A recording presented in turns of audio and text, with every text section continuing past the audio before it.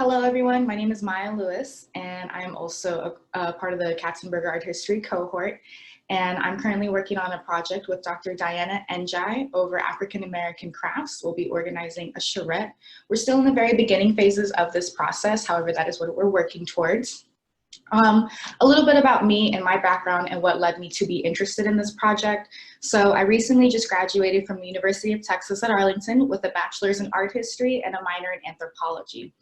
During my last couple of semesters, I began to become more interested in African American art, and specifically also traditional African art and how it wasn't represented authentically or autonomously within the art historical canon. And what I kind of view myself as is not necessarily a person that's going to rewrite the canon, because by no means that can't really happen. It's already like instated. However, there can be parallel history. So in a sense, I would like to create a new one and or one that encompasses more cultural meaning and context surrounding these works. So on this first slide, I have a quilt. It is a quilt. There is no paint whatsoever, by Bisa Butler, and it's called The Daughter of Dust. She posted it on her Instagram, and I wanted to highlight it because within the Instagram caption, she has a quote from Zora Neale Hurston, and in it, it states, "Sometimes I feel discriminated against, but it does not make me angry. It merely astonishes me. How can anyone deny themselves the pleasure of my company? It's beyond me." And while it sounds a little like full of myself, I also mean that in terms of like African American art, African American crafts, any art made by individuals of African heritage. So moving along.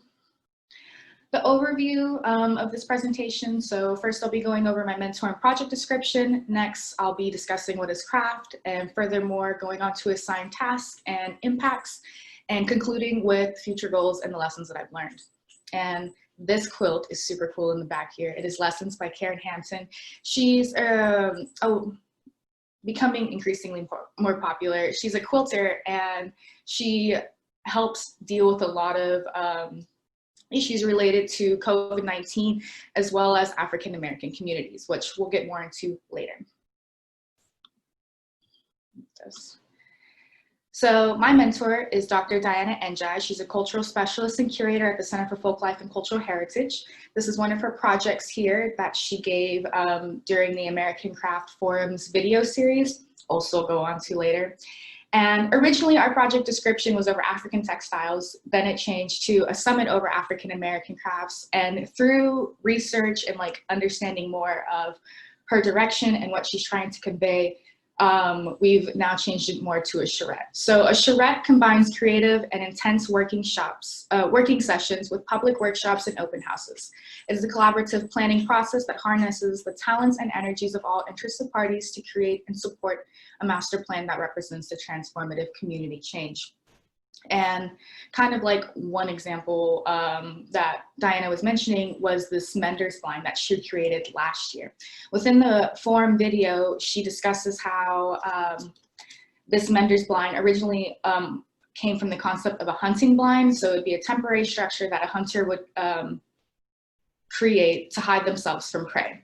And she uses this as a metaphor to the hunting or the blind that traps many African Americans. And so whether it's police brutality, slavery, imprisonment, and access to healthcare, like she highlights how all of these things have made African Americans victims to this. And this mending blind offers a sanctuary as well as a place to heal and meditate, and and also express oneself in however they feel comfortable.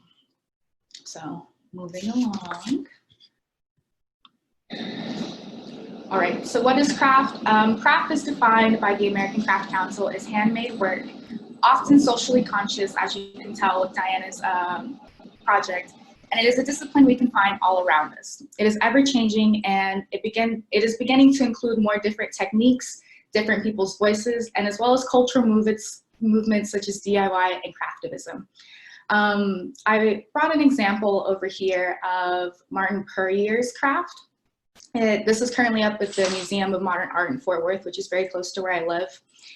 And in his work, he highlights this idea of craftsmanship, and that is also something that Diana wants to highlight in the charrette as well.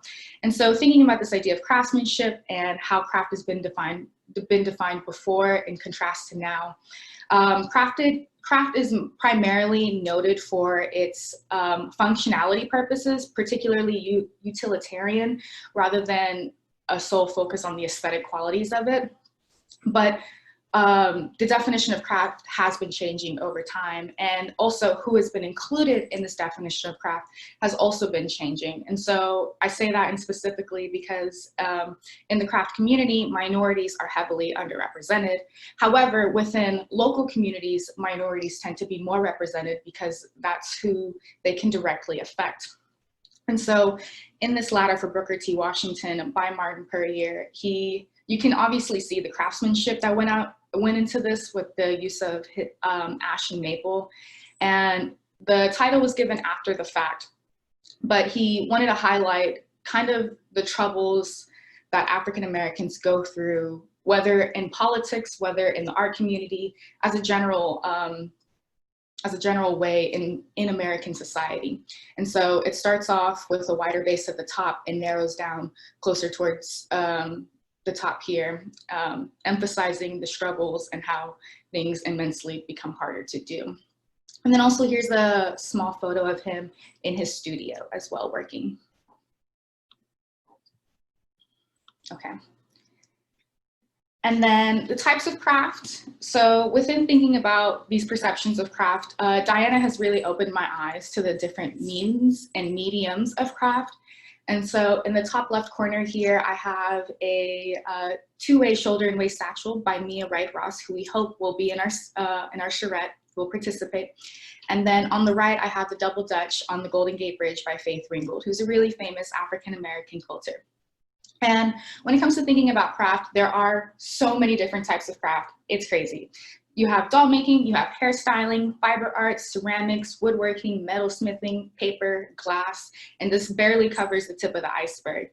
One thing that I want to mention is that these crafts made by African Americans have not typically been accepted into the main white dominant American craft community, but it doesn't necessarily go to say that they're not crafts. They just haven't been recognized for their full potential and or are clearly not spoken about. And I'm really thankful that Diana has opened my eyes to different means of craft, as well as a broader understanding of the field itself. So for my assigned task, I was tasked to gather documentation for online work of African American artisans, more so makers rather than artisans, and then to gain reciprocal insights into the success and challenges of individual craft practitioners, designers, museums, and cultural tourism professionals. And I'll elaborate more on the arts database and the American Craft Forum on separate slides. But things that aren't listed on this slide, I've also had the opportunity to exchange knowledge through makers. So as I've been contacting these makers, they've been sending projects they've been working on. And in return, I try to follow up with other things that I think might be related to them. And then also to work with my wonderful colleague and fellow intern, Julia Hirsch, who is also on this call. So moving onward and upward. This is the database that I created. And so up here through the A through E column, you can see how I divided the information I found. So I first started with individual and moved on to the area of concentration and expanded upon that because I wanted a means of organizing this database through medium. And so if you click on the area of concentration box here, the small box, and you can click on blacksmith, ceramicist, only individuals related to that practice will pop up. And I thought it'd be particularly helpful to also have two columns dedicated to themes and biography. So that way you could understand the person and how their personal narrative or how their stories relate to their craft. Okay, and so one person that I found, or that we found, that Julia and I found, was Joanne Petit Frere, and she draws upon African diaspora traditions to create extensive and elaborate hair sculptures that are activated through performance. She documents herself wearing these sculptures to illustrate the aesthetic of the human form, the power of identity, the changing dynamic of social discourse, and as well as her own self-actualization. And then this is a video she created post quarantine in which she, let me turn off the volume real quick. And when she's honoring the cultural significance of Juneteenth by meditating on and confronting the conformation to perceived stereotypes associated with minorities who choose to wear protective styles, wigs, what have you. And then in this documented film series, or it's not a series, in this documented film, she acknowledges the psychological effects of delayed freedom, and she transforms this into a means of joy and social critique on Americans' history of enslavement. And so this is definitely something, these are definitely themes that we wanted to speak to within the charrette because they directly affect African-American craftspeople as it does her. And so personally for me to find this, it was really captivating, and it also spoke to me as an African-American woman. And another individual I found, Carolyn Mazlumi, super cool. I've actually been in contact with her a couple times because she emailed me.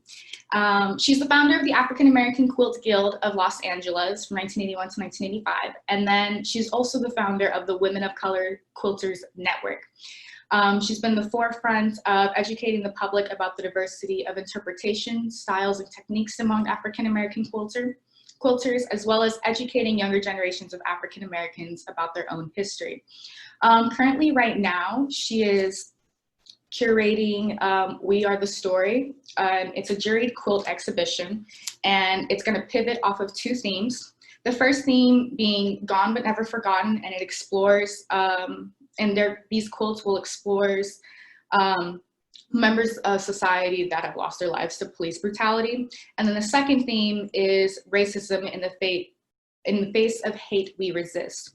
And this one, these quilts will be sharing stories of resistance as well as fortitude for the survival of Black African Americans within society. And so this exhibition will be online as well as at museums themselves. But they're wonderful wonderful makers and artists that we've been in contact with for the purpose of this charrette.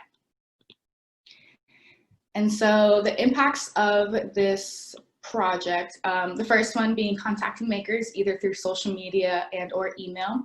And when I was contacting these makers, I got the feeling that there was a very strong sense of connection and community amongst makers. So I would email someone and they'd be like, oh, I'm so excited to hear about this. I filled out the form you asked.